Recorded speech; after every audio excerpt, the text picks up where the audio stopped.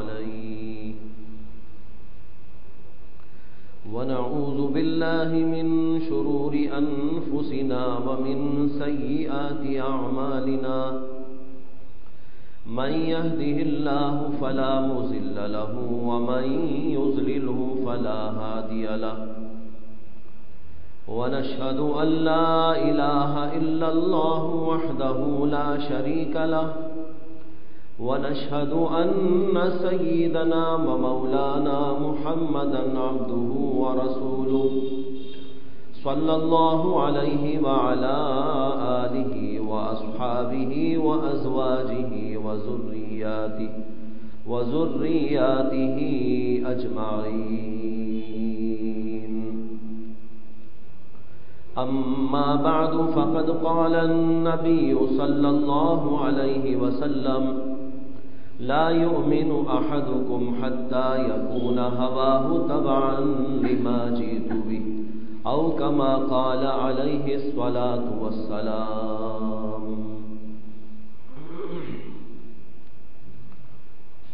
محترم حضرات، بھائیوں، بزرگوں اور دوستوں، اس وقت آپ کے سامنے نبی اکرم صلی اللہ علیہ وسلم کی ایک بہت ہی مختصر حدیث پڑھی گئی، اور عام طور پر اللہ کے نبی علیہ الصلاۃ والسلام کی احادیث بہت ہی مختصر ہوا کرتی ہیں، لیکن اس کے باوجود اس کے اندر معانی کا، مضامین کا ایک ٹھانٹے مارتا ہوا سمندر ہوا کرتا ہے. اسی لیے خود اللہ کے نبی صلی اللہ علیہ وسلم نے فرمایا کہ مجھے جوامع الکلم اللہ نے عطا فرمایا. اوتیت جوامع الکلم. جوامع الکلم کا مطلب یہ ہے کہ مختصر بات، الفاظ بہت مختصر، لیکن معانی اس کے اندر بہت زیادہ. بعض محدثین نے اور بڑے بڑے ائمہ نے اللہ کے نبی صلی اللہ علیہ وسلم کی بہت مختصر احادیث سے اس قدر معانی کا استنباط کیا ہے کہ کتابوں کی کتابیں تیار ہو گئی. ایک چھوٹی حدیث، لیکن ایک امام نے صرف اس چھوٹی سی حدیث سے 400 مسئلے مستنبط کیے. اور یہ حدیث کون سی ہے؟ آتا ہے روایات میں کہ ایک صحابی تھے جن کا نام تھا حضرت ابو عمیر. ابو عمیر چھوٹے سے بچے تھے. انہوں نے ایک پرندہ پالا تھا. عربی میں اس پرندے کو کہتے ہیں نغیر. وہ صحابی بچے اس نغیر پرندے کو لیے پھرا کرتے تھے، جیسے کہ بچوں کی عادت ہوتی ہے، کوئی پرندہ مل گیا تو اس کو لیے پھر رہے ہیں. اللہ کے نبی علیہ الصلاۃ والسلام ان کو دیکھا کرتے تھے تو ان سے کچھ مزاح فرما لیا کرتے تھے. ایک دفعہ دیکھا کہ ابو عمیر آئے ہیں، لیکن ان کے ساتھ ان کا وہ پرندہ موجود نہیں ہے جس کا نام تھا نغیر. تو اللہ کے نبی علیہ الصلاۃ والسلام کی زبان مبارک سے اس موقع پر ایک معمولی سا جملہ نکلا جو عام طور پر استعمال میں آتا ہے کہ آپ نے ارشاد فرمایا یا ابا عمیر ما فعل النغیر. ارے ابو عمیر، تمہارا یہ پرندہ نغیر کیا ہو گیا، کہاں چلا گیا؟ یہ تو ایک معمولی سی بات ہے جو ہم بھی عام طور پر کر لیا کرتے ہیں، لیکن محمد الرسول اللہ صلی اللہ علیہ وسلم کی زبان مبارک سے نکلنے والا ایک چھوٹا سا جملہ، ایک چھوٹی سی حدیث، لیکن علامہ کٹانی رحمت اللہ علیہ نے اس حدیث کے اوپر کلام کیا تو اس سے 400 مسئلے نکال ڈالے. اللہ کے کلام کا بھی یہی حال ہے اور محمد الرسول اللہ صلی اللہ علیہ وسلم کا کلام اللہ کے بعد سب سے زیادہ عظیم الشان اور سب سے زیادہ بلیغ اور سب سے زیادہ فصیح کلام ہے، جس کے اندر معانی کا ایک سمندر بھرا ہوا ہوتا ہے۔ تو میں نے کہا ایک چھوٹی سی حدیث آپ کے سامنے اس وقت پڑھی گئی اور اس کے الفاظ بھی مختصر ہیں۔ اللہ کے نبی صلی اللہ علیہ وسلم نے فرمایا لا يؤمن احدكم حتى يكون هواه تبعا لما جئت به، جس کا ترجمہ یہ ہوتا ہے کہ تم میں سے کوئی شخص مومن نہیں ہو سکتا اس وقت تک جب تک کہ اپنی خواہش کو میری لائی ہوئی شریعت کے تابع نہ بنا دے۔ جب تک اللہ کے نبی علیہ الصلاۃ والسلام کی شریعت کے تابع ہمارا مزاج و خیال، ہمارا نفس اور ہماری تمنائیں اور آرزوئیں نہ ہو جائے، اللہ کے نبی صلی اللہ علیہ وسلم کہتے ہیں اس وقت تک تم میں سے کوئی مومن نہیں ہو سکتا۔ ایمان ایک بہت ہی عجیب اور غریب اور نہایت ہی اللہ تعالیٰ کی عظیم نعمت ہے۔ یہ معمولی نعمت نہیں ہے جس کو ایمان کہتے ہیں۔ جس آدمی کو ایمان مل گیا اس آدمی کو ساری دولتیں مل گئی، اور جس آدمی کو ایمان نہیں ملا اس آدمی کو سب کچھ ملنے کے باوجود کچھ نہیں ملا۔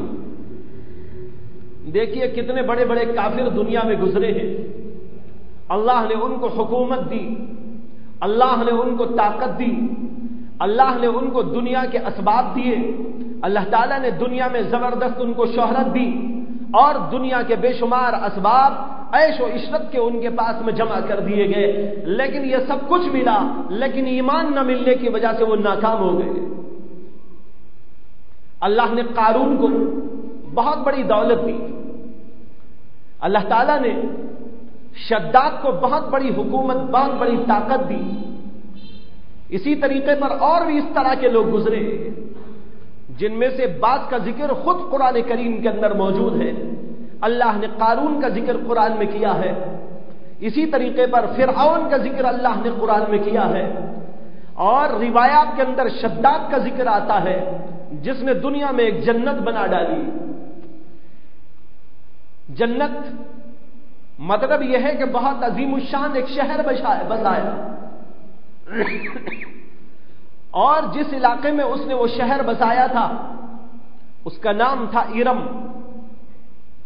ارم مقام کے اندر اس نے ایک بہت عظیم الشان جنت بنائی، اس کے لیے بڑا روپیہ پیسہ خرچ کیا، بڑی محنت بھی کی، ہزاروں لوگوں کو اس کے لیے لگایا، لیکن سب کچھ کرنے کے باوجود ظاہر ہے کہ نہ دنیا ہی اس کے پاس میں رہی اور نہ آخرت میں اس کو کچھ ملا، نہ دنیا کا نہ آخرت کا۔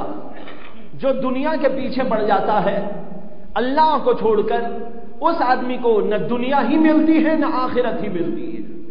شداد کے بارے میں آتا ہے کہ اس نے جنت جب تیار کر دی اور اس کو لوگوں نے آ کر بتایا آپ کے حکم کے مطابق جنت تیار ہو گئی ہے، اب افتتاح کے لیے چلیے، آپ جب جائیں گے تو اس کا افتتاح ہوگا۔ اس نے کہا بہت اچھا، تیاری کی اور اپنے پورے لشکر کو تیاری کا حکم دے دیا، خود بھی تیار ہو گیا، لشکر بھی تیار ہو گیا۔ اب اس کے بعد چلنا شروع کیا، اور جب اس جنت کے قریب پہنچا اور دروازے کے اندر اس نے ختم رکھنا چاہا تو بس اسی وقت اللہ کا فرشتہ اسرائیل آ گیا اور کہنے لگا میں تمہاری روح قبض کرنے کے لیے آیا ہوں۔ اس نے کہا اتنی مہلت تو دے دو کہ ذرا اندر جا کر بنائی ہوئی جنت کو اپنی آنکھوں سے دیکھ کر دل کو ذرا ٹھنڈک و سکون پہنچا لوں، لیکن فرشتے نے کہا کہ اتنی مہلت نہیں مل سکتی، اور اسی وقت اس کی روح قبض کر لی گئی۔ جنت کے اندر جنت کے دروازے میں ایک قدم اندر ہے ایک قدم باہر ہے، وہیں پر روح اس کی قبض کر لی جاتی ہے۔ یہ سارے واقعات اور اسی طریقے پر قرآن میں پیش کردہ اس قسم کے حقائق ہماری آنکھوں کو کھولنے کے لیے کافی ہے۔ اللہ نے قرآن میں فرعون کا ذکر ایک جگہ نہیں کئی مقامات پر کیا ہے، اور اس کو اتنی بڑی حکومت و طاقت دی کہ خود اس نے کہا الیس لی ملک مصر ھذا، یہ ملک مصر اتنا بڑا عظیم الشان، کیا یہ میرا نہیں ہے؟ اور یہ نہریں جو یہاں پر بہتی ہیں میرے قدم کے نیچے، یہ سب کیا میری نہریں نہیں ہیں؟ دریائے نیل وہاں بہتی ہے، ذرا آگے کو دریائے قزم بہتا ہے، یہ کہنے لگا کہ یہ سب کی سب نہریں میری، اور یہ اتنی بڑی حکومت میری، یہ اتنا بڑا مصر شہر میرا، میری حکومت یہاں پر جاری ہے۔ اور روایات کے اندر آتا ہے کہ اللہ تعالیٰ نے اس کو صحت بھی عطا فرمائی تھی، اور 400 سال کی حکومت کے اس طویل زمانے میں ایک دن بھی اس کو سر کا درد بھی نہیں آیا۔ اب دیکھو، صحت بھی ہے، اسباب بھی ہے، حکومت و طاقت بھی ہے، اور دنیا کے اسباب عیش و عشرت کے سب جمع ہے، لیکن اس کے باوجود اللہ نے اس کو کس طرح ناکام کیا۔ حضرت موسیٰ علیہ السلام کو بھیجا کہ جاؤ اس کو بتاؤ کہ ایک چیز ہے جس کو قبول کرنا ہے، جس کے بغیر تم ناکام ہو، اور وہ ہے ایمان۔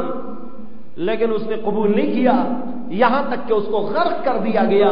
اور جب غرق ہونے لگا، روایات کے اندر بھی آتا ہے اور خود قرآن مجید کے اندر بھی موجود ہے کہ جب غرق ہونے لگا تو اس وقت میں اس نے کہا کہ میں ایمان لاتا ہوں اس پر جس پر کہ موسیٰ ایمان لائے۔ اب موسیٰ علیہ السلام کے خدا پر، اللہ پر ایمان کا ڈھونگ رچایا اور کہنے لگا غرق ہوتے ہوتے کہ میں ایمان لاتا ہوں۔ روایات کے اندر آتا ہے کہ جبریل امین علیہ السلام نے ارشاد فرمایا، محمد الرسول اللہ صلی اللہ علیہ وسلم کو آ کر بتایا کہ یا نبی اللہ، جس وقت کے فرعون کو اللہ نے غرق کیا ہے، مجھ کو حکم دیا کہ اس کو لے جا کے غرق کرو اور ڈباؤ، میں اس کو ڈبا رہا تھا، اسی وقت اس نے کہا کہ میں ایمان لاتا ہوں اس اللہ پر جس پر کہ بنو اسرائیل ایمان لائے ہیں، جس پر کہ موسیٰ علیہ السلام ایمان لائے ہیں، میں اس اللہ کو مانتا ہوں، ایمان لاتا ہوں۔ حضرت جبریل علیہ السلام کہنے لگے مجھے بڑا غصہ آیا کہ اتنی طویل عمر اللہ نے اس کو عطا فرمائی، اتنے اسباب اس کو اللہ نے عطا فرمائے، اس قدر دولتیں اللہ نے اس کو عطا فرمائی۔ موسیٰ علیہ السلام اور حضرت ہارون کو نبی بنا کر اس کے پاس میں بھیجا گیا، اور معجزات پر معجزات اس کو دکھائے گئے، لیکن اس کے باوجود ایمان نہیں لایا۔ اب جب غرق ہونے لگا تو کہتا ہے کہ میں ایمان لاتا ہوں۔ حضرت جبریل کہنے لگے مجھے غیرت آئی، ایمانی غیرت، اور میں نے کیچڑ اٹھا کے اس کے منہ میں ٹھوس دیا، اس لیے کہ اس وقت کا ایمان معتبر نہیں ہے جب تک کہ آدمی کے سامنے اللہ کے فرشتے ظاہر نہ ہوں اور آثار قیامت، آثار آخرت ظاہر نہ ہو، اس وقت تک کا ایمان معتبر ہوتا ہے۔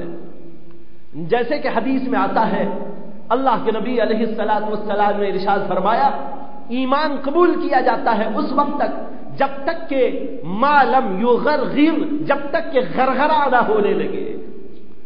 غرغرہ کب ہوتا ہے؟ جب نزع کی کیفیت ہوتی ہے، جب آدمی کے اندر سے روح نکلنے لگتی ہے، اللہ کا فرشتہ آ جاتا ہے، روح نکالنے لگتا ہے، اور جب نکالنے لگتا ہے تو اس وقت میں اس کی روح آگے پیچھے ہوتی ہے، غرغرے کی حالت پیدا ہوتی ہے۔ اللہ کے نبی نے کہا اس سے پہلے ایمان لاؤ تو معتبر ہے، اس سے پہلے توبہ کر لو تو معتبر ہے، لیکن جب غرغرہ ہونے لگے تو توبہ بھی معتبر نہیں، ایمان بھی معتبر نہیں۔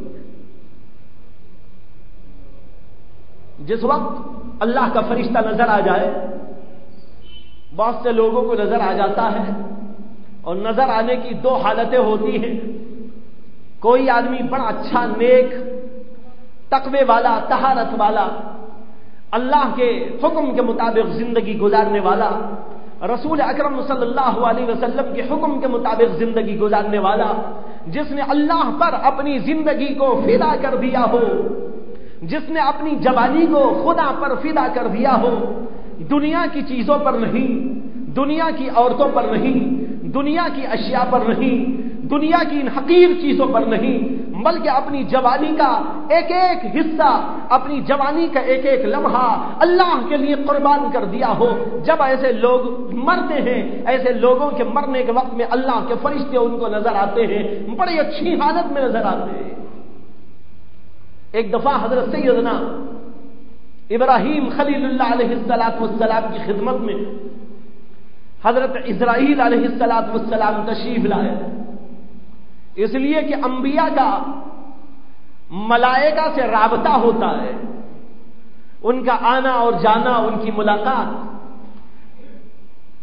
تو حضرت ابراہیم علیہ السلام کی خدمت میں حضرت اسرائیل کسی وقت تشریف لائے، دوستی تھی دونوں کے درمیان۔ ایک دن حضرت ابراہیم علیہ السلام نے کہا کہ اسرائیل، جب تم روح نکالنے کے لیے آتے ہو تو اس وقت تمہاری حالت اور تمہاری صورت اور تمہاری کیفیت اور نوعیت کیا ہوتی ہے، ذرا مجھ کو بتاؤ۔ انہوں نے کہا، جب میں اچھے لوگوں کے پاس میں آتا ہوں تو اس وقت تو میری حالت ایک ہوتی ہے، جب میں برے لوگوں کی روح قبض کرنے آتا ہوں تو میری حالت دوسری ہوتی ہے۔ انہوں نے کہا، مجھے دونوں حالتیں بتاؤ۔ انہوں نے کہا کہ اچھا ٹھیک ہے، میں پہلے آپ کو وہ حالت بتاتا ہوں میری، جو میں اس وقت اختیار کرتا ہوں جب بد لوگوں اور کافر لوگوں، اللہ کے نافرمان بندوں کی روح قبض کرنے کے لیے آتا ہوں۔ حضرت ابراہیم سے انہوں نے کہا کہ اے اللہ کے خلیل، آپ اپنی آنکھوں کو بند کر لیجئے۔ انہوں نے آنکھ بند کر لی، پھر اس کے بعد انہوں نے کہا، اب کھول کر مجھ کو دیکھیے۔ جب حضرت ابراہیم علیہ السلام نے اپنی آنکھیں کھولی تو دیکھتے ہیں کہ اس قدر وحشتناک حالت ہے کہ اسی وقت حضرت ابراہیم پر بے ہوشی طاری ہو گئی۔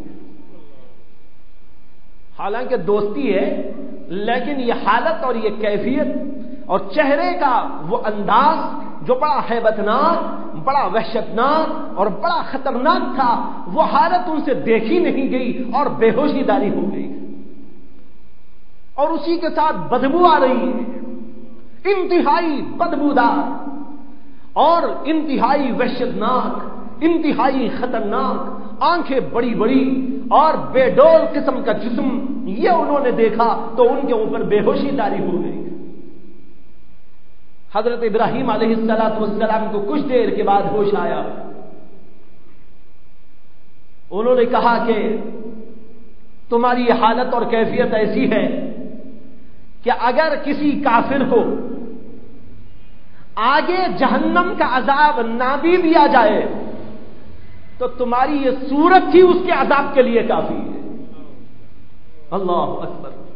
انہوں نے کہا کہ اگر کسی کافر کو اس کے بعد جہنم میں نہ بھی ڈالا جائے تو آپ کی جو صورت اور جو آپ کی وحشتناک کیفیت و حالت ہے، اس کا دیکھ لینا ہی کافر کے لیے اتنا بڑا عذاب ہے کہ اس سے بڑے کسی عذاب کی اسے کوئی ضرورت نہیں۔ اس کے بعد انہوں نے کہا کہ مجھے اب وہ کیفیت دکھائیے جو آپ نیک لوگوں کے پاس آتے ہیں تو اختیار کرتے ہیں۔ انہوں نے کہا کہ ٹھیک ہے، آنکھ بند کیجئے۔ انہوں نے آنکھ بند کر لی۔ انہوں نے کہا اب کھولیے۔ جو کھول کے دیکھا تو ایسی حسین اور جمیل حالت اور کیفیت، بڑا بہترین لباس، صورت بھی بڑی بہترین، آدمی دیکھے تو دیکھتا ہی رہ جائے، جی چاہے کہ اس کو دیکھتا ہی رہ جاؤ، اور اسی کے ساتھ خوشبوؤں کی لپٹیں آ رہی ہیں۔ یوں معلوم ہوتا ہے کہ اسی وقت تیار ہو کے آئے ہیں۔ یہ کیفیت اور حالت دیکھ کر حضرت سیدنا ابراہیم خلیل اللہ علیہ السلام کہنے لگے، اگر کسی مومن کو آگے کے لیے کوئی اور چیز نہ بھی دے دی جائے تو آپ کی حالت دیکھنے نہ ہی اس کے لیے سکون کا ذریعہ اور سرور کا باعث ہوگا۔ انہوں نے کہا کہ میں ان دو کیفیتوں کے ساتھ میں آتا ہوں۔ معلوم ہوا کہ بھائیوں، اچھے لوگوں کے پاس وہ آتے ہیں تو بڑی اچھی حالت کے ساتھ میں آتے ہیں اور بشارتیں سناتے ہوئے آتے ہیں۔ قرآن کریم نے ایک جگہ پر فرمایا ہے، یا ایتھا النفس المطمئنہ ارجعی الی ربک راضیۃ مرضیہ فادخلی فی عبادی وادخلی جنتی۔ اللہ کے فرشتے مومن کے پاس میں آتے ہیں روح قبض کرنے کے لیے، تو اس وقت میں اللہ کے فرشتے اس کو پکارتے ہیں اور کہتے ہیں یا ایتھا النفس المطمئنہ، اے نفس مطمئنہ، ارجعی الی ربک، اپنے رب کی طرف لوٹ جا۔ لوٹ جا اس لیے کہتے ہیں، اس کو یہ بتانا چاہتے ہیں کہ تم یہاں کے باشندے نہیں ہو، تم آئے تھے کسی اور جگہ سے، جہاں سے تم آئے تھے اب واپس اسی جگہ جاؤ۔ اس لیے کہ جو آدمی کسی جگہ سے آتا ہے اور دوسری جگہ رہتا ہے تو جب اس کو جانا ہوتا ہے تو وہ یہ نہیں کہتا میں جا رہا ہوں، بلکہ کہتا میں واپس ہو رہا ہوں۔ اللہ کے فرشتے اس سے کہتے ہیں ارجعی الی ربک، اپنے رب کی طرف واپس لوٹ جا، اس لیے کہ آیا تھا رب کی طرف سے، اب جا رہا ہے تو رب ہی کی طرف۔ وہ کہتے ہیں ارجعی الی ربک راضیۃ مرضیۃ، ایسی حالت میں تو اللہ کی طرف لوٹ جا کہ تو اللہ سے راضی ہے اور اللہ تیرے سے راضی ہے۔ یہ کتنی بڑی دولت ایک مومن کو نصیب ہو جائے، جو آدمی کے اپنی زندگی کو، جو آدمی اپنی جوانی کو، جو آدمی اپنی آنکھوں کو، جو آدمی اپنے دل کو، جو آدمی اپنے ہاتھ اور پیر و اعضاء و جوارح کو زندگی بھر اللہ کے لیے قربان کرتا رہا، اس کا نفس خدا پر مطمئن ہو گیا، اللہ کے فرشتے اس کو بشارت سناتے ہیں تو خدا سے راضی ہو اور اللہ تجھ سے راضی، اس حالت میں اپنے رب کی طرف لوٹ جا۔ اور جب کوئی آدمی برا ہوتا ہے، کافر ہوتا ہے، بدبخت ہوتا ہے، اللہ کے فرشتے آتے ہیں اور اس حالت کے اندر اس کی روح قبض کی جاتی ہے جو ابھی آپ کو بتائی گئی کہ بڑی وحشتناک حالت ہوتی ہے، بڑی خطرناک کیفیت ہوتی ہے، بدبودار قسم کا ان کا جسم ہوتا ہے، اس حالت کے اندر اس کی روح قبض کی جاتی ہے۔ بھائیو، موت کا سلسلہ تو سب جگہ ہے، کوئی جگہ ایسی نہیں دنیا کی جہاں موت نہ ہو۔ موت تو ہر جگہ آ رہی ہے، محل میں بھی موت آتی ہے، جھونپڑے میں بھی موت آتی ہے، شہر میں بھی موت آتی ہے، اور گاؤں دیہات میں بھی موت آتی ہے، اور جہاں آبادی ہے وہاں بھی موت آتی ہے، جہاں جنگلات کی فضا ہے وہاں بھی موت آتی ہے۔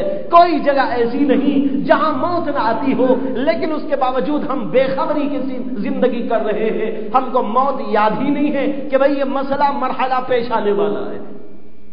میں یہ کہہ رہا تھا آپ کو کہ جو آدمی اپنے لیے اپنی زندگی کو اللہ کے لیے قربان کر دیتا ہے، وہ آدمی حقیقت میں بڑا کامیاب تر انسان ہے، اگرچہ اس کے پاس میں کوئی چیز موجود نہ ہو۔ اس کے برخلاف جس آدمی کو ایمان نصیب نہیں، ہاں دولتیں ہیں اس کے پاس، ملک ہے اس کے پاس، سیاسی طاقت ہے اس کے پاس، اسباب ہے اس کے پاس، عیش و عشرت کے سامان ہے اس کے پاس، لیکن نہیں ہے تو ایمان نہیں ہے، یہ بڑا بدبخت ترین انسان ہے جو سمجھ رہا ہے کہ میرے پاس بہت کچھ ہے لیکن اس کے باوجود حقیقت میں کچھ نہیں۔ شداد کی میں نے مثال دی، فرعون کی مثال قرآن میں موجود، اس کے غرق کا واقعہ بڑی تفصیل کے ساتھ ایک جگہ نہیں متعدد جگہ موجود۔ اسی طریقے پر اور لوگ بھی گزرے ہیں جن کو اللہ نے دنیا دے دی لیکن آخرت میں ان کا کوئی حصہ نہیں۔ اس کے برخلاف ان لوگوں کا بھی ذکر ملتا ہے قرآن میں اور احادیث کے اندر جن کے پاس میں بظاہر کچھ نہ ہو لیکن اس کے باوجود ایمان اللہ نے ان کو عطا کر دیا تو اللہ نے ان کو بلندیوں پر پہنچا دیا۔ قرآن پاک کے اندر غور کرے، جگہ جگہ حالات اور واقعات ان لوگوں کے بیان کیے گئے ہیں جنہوں نے انبیاء کی تعلیم کو قبول کیا ہے اور انہوں نے اس حدیث کے مطابق جو فرمایا حتی یکون ہواہ تبعا لما جئت بہ، اپنی خواہشات کو، اپنی مرضیات کو، اپنے خیالات کو، اپنی تمناؤں کو، اپنی آرزوؤں کو، ان سب چیزوں کو میری لائی ہوئی شریعت کے تابع بنا دیتے ہیں۔ ایسے بہت سارے لوگوں کا ذکر قرآن میں موجود ہے جنہوں نے کبھی نہیں دیکھا کہ ہم دین کو اختیار کرتے ہیں، شریعت کو اختیار کرتے ہیں تو ہماری زندگی کچھ اور ہو جاتی ہے، ہم معمولی ہو کے رہ جاتے ہیں۔ انہوں نے کہا کچھ بھی ہو جائے لیکن ہم اللہ کے دین کو لے کر چلتے رہیں گے۔ تو ایسے لوگوں کو اللہ نے بلندیوں پر پہنچایا ہے۔ قرآن پاک کے اندر ایک سورت ہے جس کا نام ہے سورۃ الواقعہ، بڑی مشہور ترین سورت۔ اس سورۃ الواقعہ میں اللہ تعالیٰ نے قیامت کا واقعہ بیان کیا ہے، اسی لیے اس کا نام ہے واقعہ۔ اور عربی میں واقعہ کے معنی ہوتے ہیں وہ چیز جو پیش آ جائے، جو چیز پیش آنے والی، جو یقینی، جو حقیقی، جس میں کوئی شک نہیں، جو واقعہ پیش آ گیا، ایسی چیز کو کہتے ہیں واقعہ۔ اللہ نے قیامت کو واقعہ اس لیے فرمایا کہ یہ ضرور بالضرور پیش آ کر رہنے والی چیز ہے، اسی لیے اس میں کہتے ہیں اذا وقعت الواقعہ لیس لوقعتها کاذبہ خافضۃ رافعہ۔ میں یہی سمجھانا چاہتا ہوں اس صورت کے اندر یہ ابتدائی جو الفاظ ہیں، اس میں پہلے دو جملے میں تو اللہ نے یہ کہا جب قیامت کا واقعہ پیش آ جائے گا تو اس کو کوئی جھٹلانے والا نہیں رہے گا۔ آج جو کہہ رہے ہیں قیامت نہیں آئے گی، یہ قیامت کا آنا بڑی محال چیز ہے، جب وہ قیامت کے ان آثار کو، قیامت کے واقعے کو دیکھ لیں گے تو وہ جھٹلا نہیں سکیں گے۔ اور پھر قیامت میں ہوگا کیا؟ اللہ نے اس کے بارے میں کہا، دو لفظوں میں عجیب و غریب حقیقت بیان کر دی اور کھول دی۔ اللہ نے کہا خافضۃ رافعۃ، دو لفظ۔ میں نے ابھی تھوڑی دیر پہلے آپ سے کہا کہ اللہ کا کلام اور محمد الرسول اللہ صلی اللہ علیہ وسلم کا کلام، یہ دونوں کلام بڑے عظیم الشان کلام ہیں، بڑے فصیح و بڑے بلیغ ہیں۔ اس کے اندر معانی کا ایک سمندر ٹھانڈے مارتا ہوا ہوتا ہے۔ یہ دیکھیے دو لفظ ہیں، ان دو لفظوں کے اندر اللہ تعالیٰ نے ایسے حقائق بیان کر دیے ہیں کہ اگر اس کی تفسیر کی جائے تو اس کا مطلب یہ ہے کہ ہم پوری قرآن کی تفسیر کر دیں گے۔ یعنی دو لفظوں میں پورا قرآن سمو دیا گیا ہے، قرآن کے سارے حقائق بیان کر دیے گئے، ہماری زندگی کے تمام احوال بیان کر دیے گئے ہیں، اور ہمارے جینے مرنے کا سارا فلسفہ بیان کر دیا گیا ہے۔ اللہ نے کہا یہ قیامت کیا چیز ہے؟ کہتے ہیں خافضہ ہے، رافعہ ہے۔ پہلے آپ سمجھیے خافضہ کے معنی کیا، رافعہ کے معنی کیا۔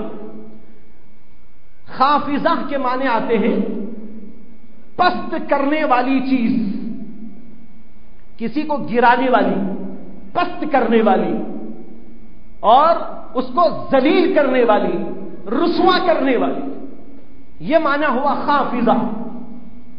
اور ایک لفظ آیا رافعہ، اور رافعہ اس کے خلاف ہے، رافعہ کے معنی بلند کرنے والی، عزت عطا کرنے والی، بلندیوں پر پہنچانے والی۔ اللہ نے کہا قیامت ایسی چیز ہے جو بعض لوگوں کو ذلیل اور رسوا کر کے رکھ دیتی ہے اور بعض لوگوں کو بلندی پر پہنچا کے چھوڑ دیتی ہے۔ جب قیامت کا منظر ہوگا، قیامت کا میدان ہوگا، اس کے اندر حساب و کتاب کا مرحلہ ہوگا، اس وقت میں جو لوگ کافر ہوں گے ان کے پاس ہو سکتا ہے دنیا کے اندر بڑی عزتیں رہی ہو، دنیا والے ان کو بڑی عزت کی نگاہ سے دیکھتے رہے ہو، ان کے پاس مال ہو، ان کے پاس دولت ہو، ان کے پاس حکومت ہو، ان کے پاس طاقت ہو، سارے اسباب عیش و عشرت ان کے پاس میں جمع ہو، دنیا والوں کی نگاہ میں بڑے عزیز۔ لیکن جب قیامت میں جائیں گے تو کیا ہوگا؟ کہتے ایسے سارے لوگوں کو خافضۃ، یہ قیامت پست کر دے گی، ذلیل کر دے گی، رسوا کر کے چھوڑ دے گی۔ وہاں ان کا نہ مال کام آئے گا، نہ دولت کام آئے گی، نہ ان کے عہدے کام آئیں گے، نہ ان کا منصب کام آئے گا، نہ ان کی ڈگریاں کام آئیں گی۔ دنیا کی یہ ساری چیزیں دنیا میں چھوڑ کے جانا ہوگا، وہاں پر جب جائیں گے یہ کوئی چیز ان کے پاس میں نہیں ہوگی، اور جائیں گے تو خافضہ، قیامت ان کو ذلیل و رسوا کر کے چھوڑ دے گی۔ اور کہاں رافعۃ، بعض لوگوں کا مرتبہ بڑھا دے گی۔ یہ کون لوگ ہیں جن کا مرتبہ بڑھا دے گی؟ دنیا میں ان کے پاس بظاہر عزت نہیں، بظاہر سامان نہیں، بظاہر اسباب نہیں، لیکن جب قیامت میں جائیں گے ان کا ایمان، ان کا تقوی، ان کی طہارت، ان کی بزرگی، ان کا اللہ سے تعلق، یہ وہ چیزیں ہیں جس کی وجہ سے قیامت ان کو بلندیوں پر پہنچا دے گی۔ حدیث میں آتا ہے اللہ کے نبی علیہ الصلوۃ والسلام نے ارشاد فرمایا کہ بعض لوگ وہاں قیامت میں نور کے ممبروں پر بٹھائے جائیں گے۔ نور کے ممبر، لوگ حیرت سے ان کو دیکھیں گے، ارے یہ نور کے ممبروں پر بیٹھنے والے کون لوگ ہیں؟ کتنے عظیم الشان ہیں، ان کا مرتبہ کتنا بلند ترین مرتبہ ہے، ہم نے کبھی ان کو اس مرتبے پر دیکھا نہیں، آج کس عظیم مرتبے پر یہ فائز ہو گئے۔ نورانی ممبر، نور کے ممبر ہیں، ان نور کے ممبروں پر ان کو بٹھایا گیا ہے۔ اسی حدیث میں آتا ہے حتیٰ کہ انبیاء بھی رش کریں گے ان لوگوں پر، انبیاء بھی رش کریں گے۔ اور حدیث میں اللہ کے نبی کہتے ہیں یہ کون لوگ ہوں گے جن کو ان ممبروں پر بٹھایا جائے گا؟ یہ وہ لوگ ہوں گے جو اللہ کی محبت رکھتے تھے اپنے دل میں، اور اللہ کے بندوں سے اللہ ہی کے لیے محبت کرتے تھے۔ دیکھیے کیسی چیز ہے۔ اب ایسے لوگوں کو ہو سکتا ہے کہ دنیا والے خاطر میں نہ لائیں، دنیا والے ان کو حقیر سمجھے، دنیا والے ان کو ذلیل سمجھے۔ بعض وقت ایسا ہوتا ہے کہ ایک آدمی کے پاس دنیا کچھ نہیں ہوتی، نہ اس کے پاس اچھے کپڑے ہوتے ہیں، نہ اس کے پاس اچھا گھر مکان ہوتا ہے، نہ اس کے پاس کھانے اور پینے کا سامان ہوتا ہے، اور اسی طرح دنیا کی کوئی چیز اس کے پاس میں نہیں ہوتی، لیکن خدا کی محبت، خدا کی عظمت، خدا سے تعلق، ایمان کا وہ عظیم الشان حصہ اس کو ملا ہوا ہوتا ہے کہ وہاں پر جانے کے بعد میں کھلتا ہے کہ اس کا مرتبہ کتنا بلند ترین مرتبہ تھا۔ مجھے ایک واقعہ یاد آ گیا کہ ہمارے ہندوستان کے عظیم الشان حاکم اور فرمانروا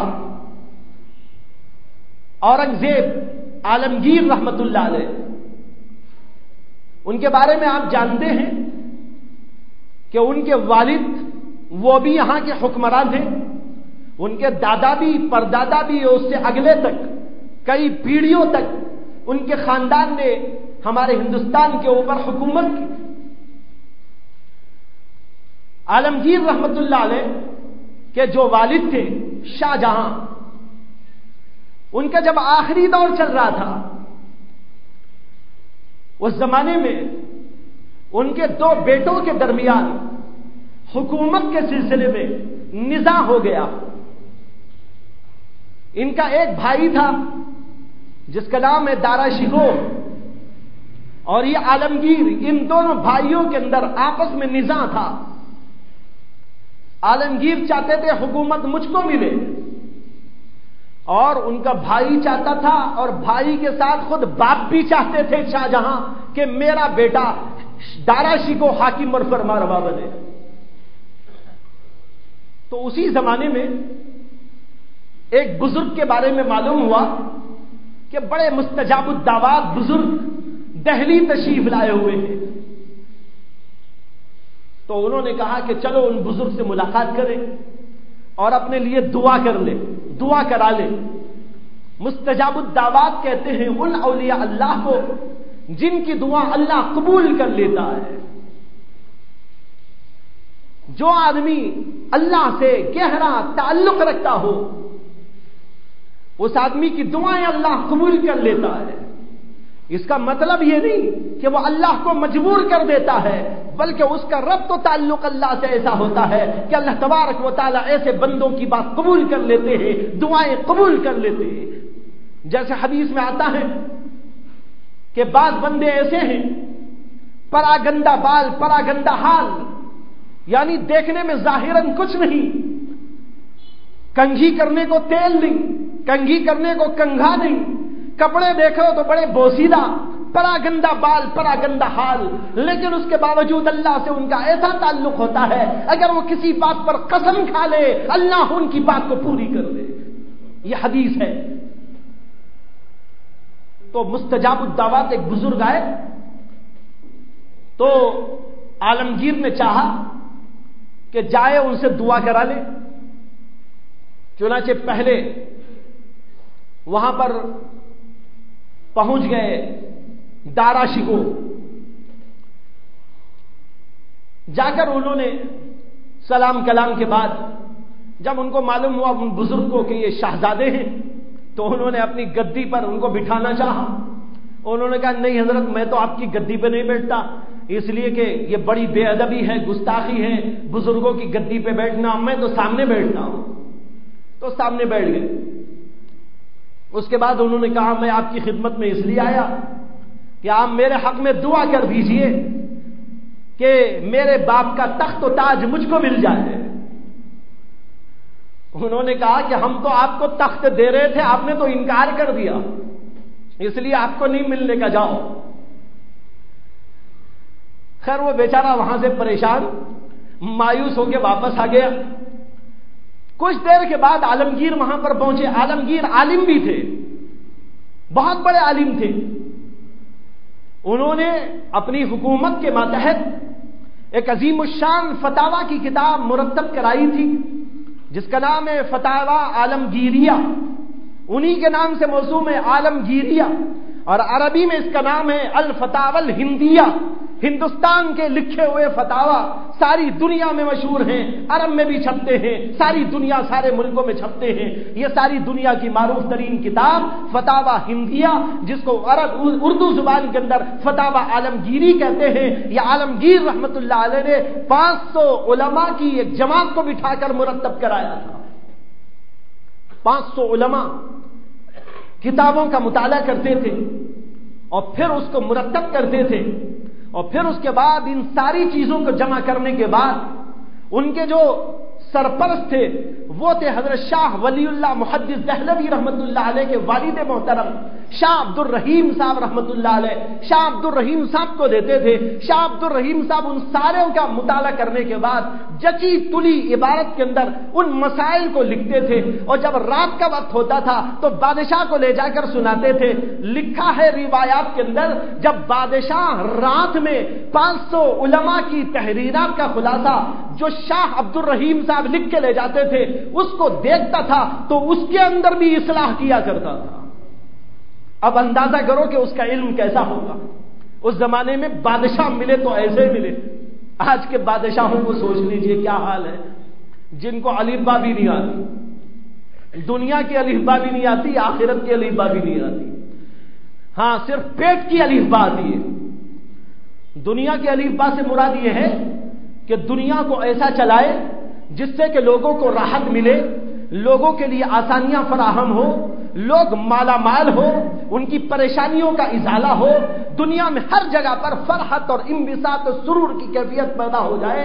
یہی تو حکومت کا حاصل و خلاصہ ہے کہ حکومت کرنے والا ایسی حکومت کرے کہ اپنی پبلک کو، اپنی رعایا کو فرحتوں سے، سرور سے، انبساط سے، خوشیوں سے مالا مال کر دے. لیکن آج کا حال تو یہ ہے کہ آنے والا کوئی بھی حاکم کسی اور کے لیے خوشی نہیں لاتا، بلکہ صرف اپنے پیٹ کی خوشی کے لیے آتا ہے، اپنی کرسی کو ٹھیک کرنے کے لیے آتا ہے. اس کا پیٹ بھر جائے، دوزخ اس کی بھر جائے، بس یہ اس کے لیے کافی ہوتا ہے. کوئی مرتا ہو بھوکا اسے کوئی پرواہ نہیں، کوئی پریشان حال ہو اسے کوئی پرواہ نہیں. یاد کیجئے حضرت سیدنا عمر بن خطاب رضی اللہ تعالی عنہ کے دور خلافت کو امیر المؤمنین ہیں، حاکم اور فرمانروا ہے اور خلیفۃ المسلمین ہیں.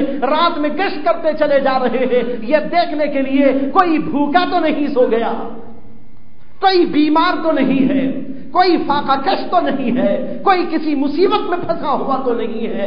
کسی کی کوئی بھی مصیبت ہو، پریشانی ہو، وہ مجھ کو معلوم ہو جائے، میں اپنی آنکھوں سے دیکھوں اور معلوم کروں، اسے لے جا کے پہنچا دوں.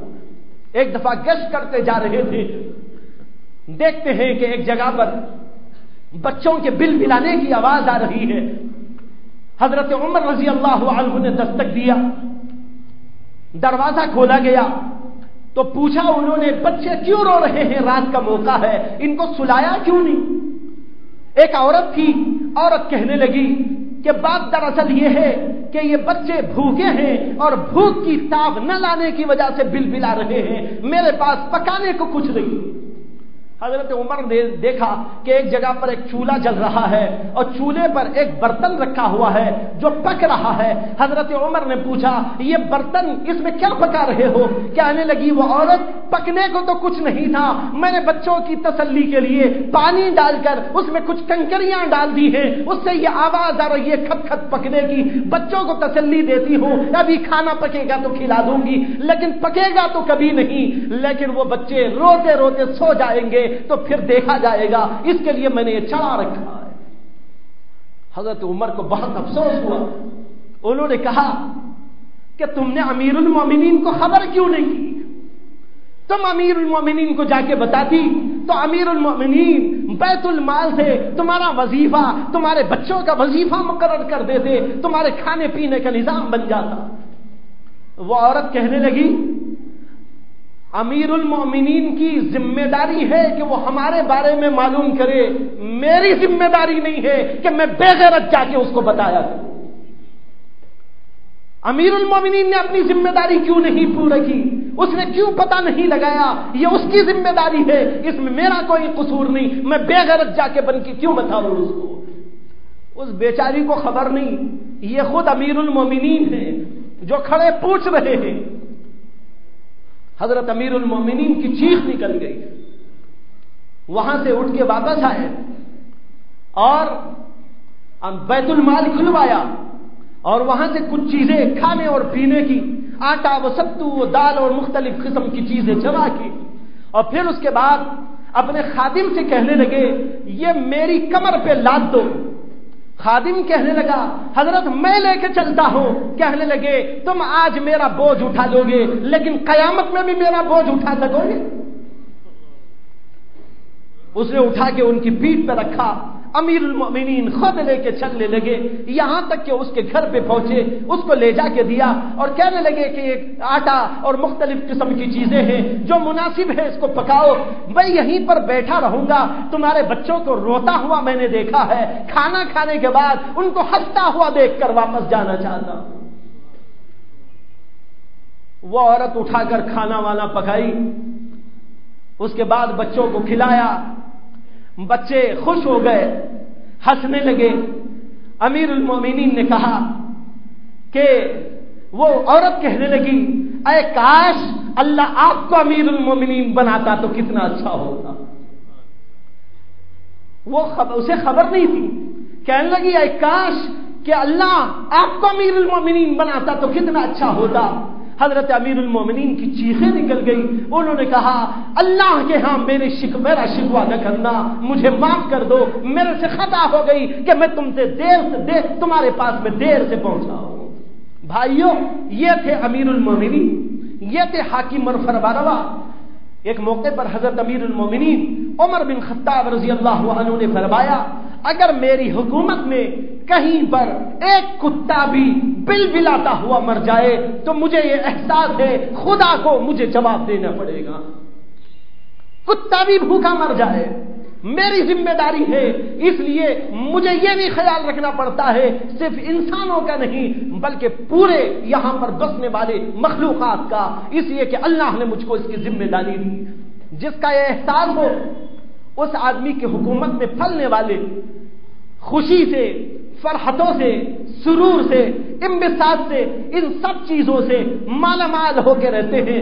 اور جو ایسے ہوتے ہیں کہ لوگوں کا پیسہ لوٹتے رہتے ہیں اور کھا کھا کر اور اپنی عاقبت کو اور دنیا کو بھی خراب کر لیتے ہیں، ان لوگوں کا حال تو یہ ہوتا ہے کہ ان کی رعایا کبھی سکون میں نہیں آتی.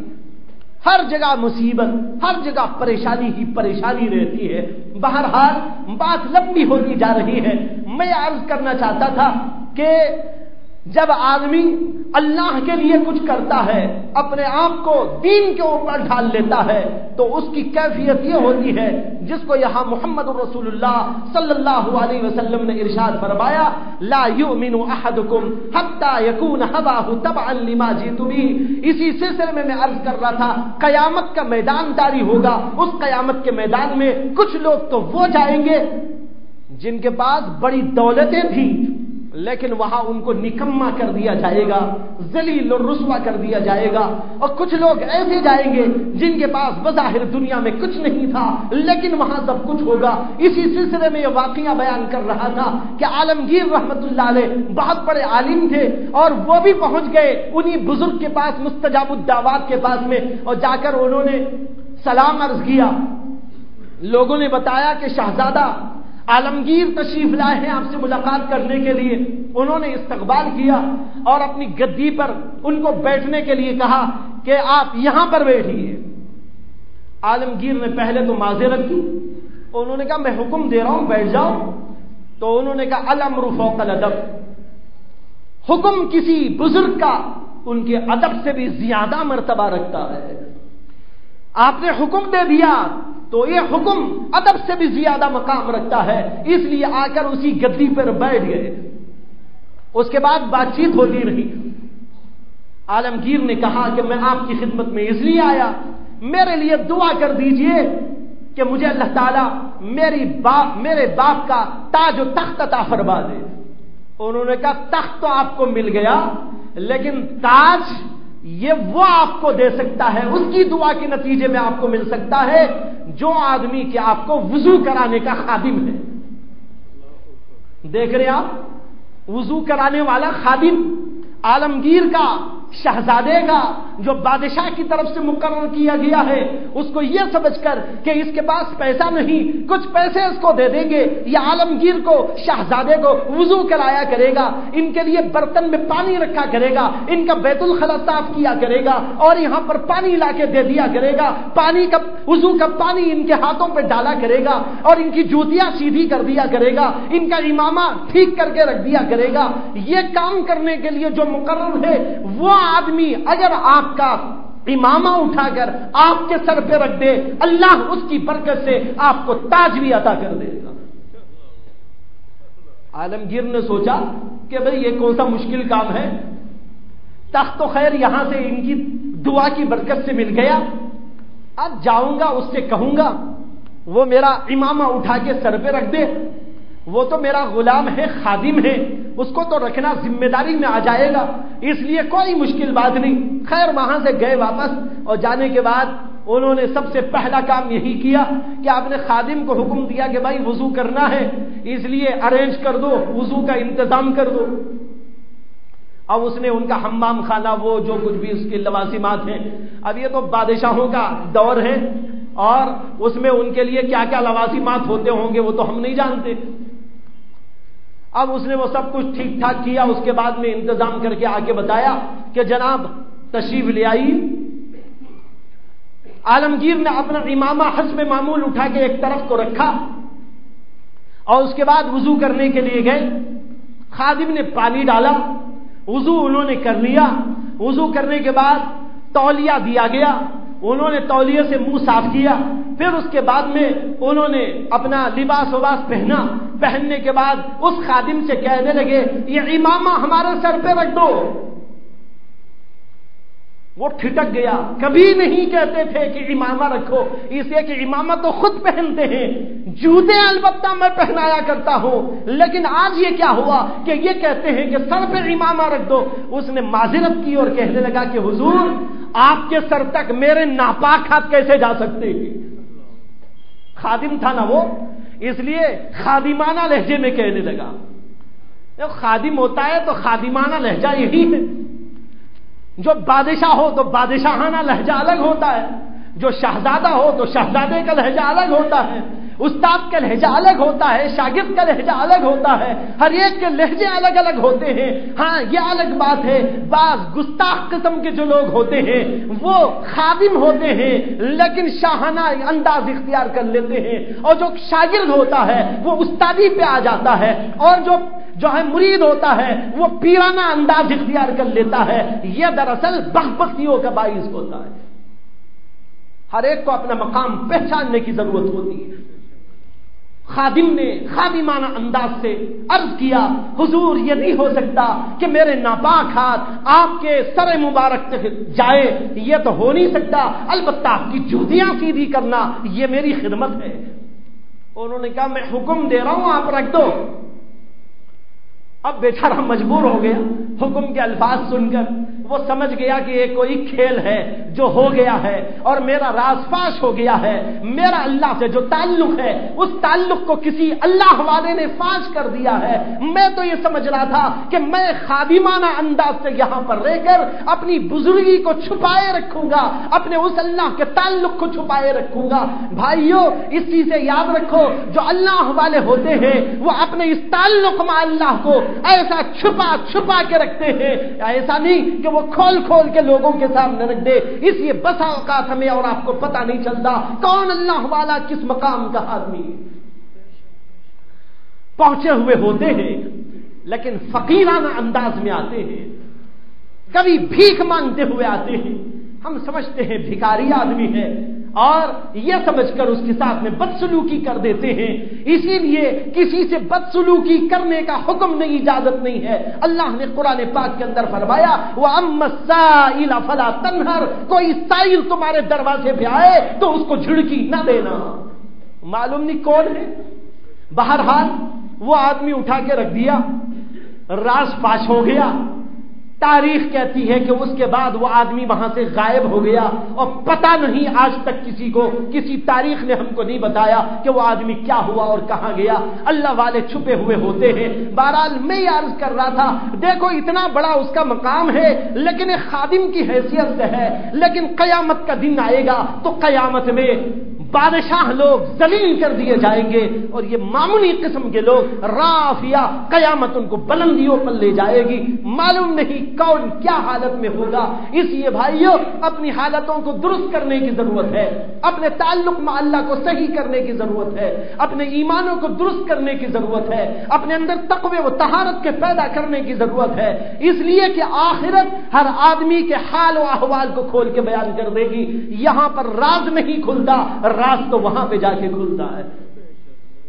یہاں پر ایک آدمی داڑھی والا ہے لیکن اندر سے نکما ہو، لوگ اسے سمجھ رہے ہو ماشاءاللہ بڑے بزرگ آدمی ہے، جبہ اتنا لمبا ہے، تسبیح اتنی لمبی ہے اور جو ہے اتنا بڑا جو ہے وہ نماز کا گھٹا بھی ہے اور ایسا اور ایسا اور ایسا ایسا ہوگا، لیکن اندر سے وہ ویسا نہ ہو تو پھر کیا ہوگا؟ قیامت کے دن وہ جائے گا، یہ ظاہر اس کا وہاں برباد کر کے رکھ دیا جائے گا اور اس کو خافضہ قیامت ذلتوں میں، رسوائیوں میں پھنسا کے رکھ دے گی۔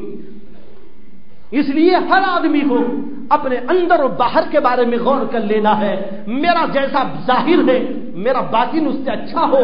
اللہ کے نبی صلی اللہ علیہ وسلم کی حدیث میں دعا ہی ہے کہ اللہ کے نبی دعا فرمایا کرتے تھے کہ اے اللہ میرے باطن کو میرے ظاہر سے زیادہ اچھا بنا دے اور میرے ظاہر کو بھی اچھا بنا دے، میرے باطن کو میرے ظاہر سے بھی زیادہ اچھا بنا دے اور میرے ظاہر کو بھی اچھا بنا دے۔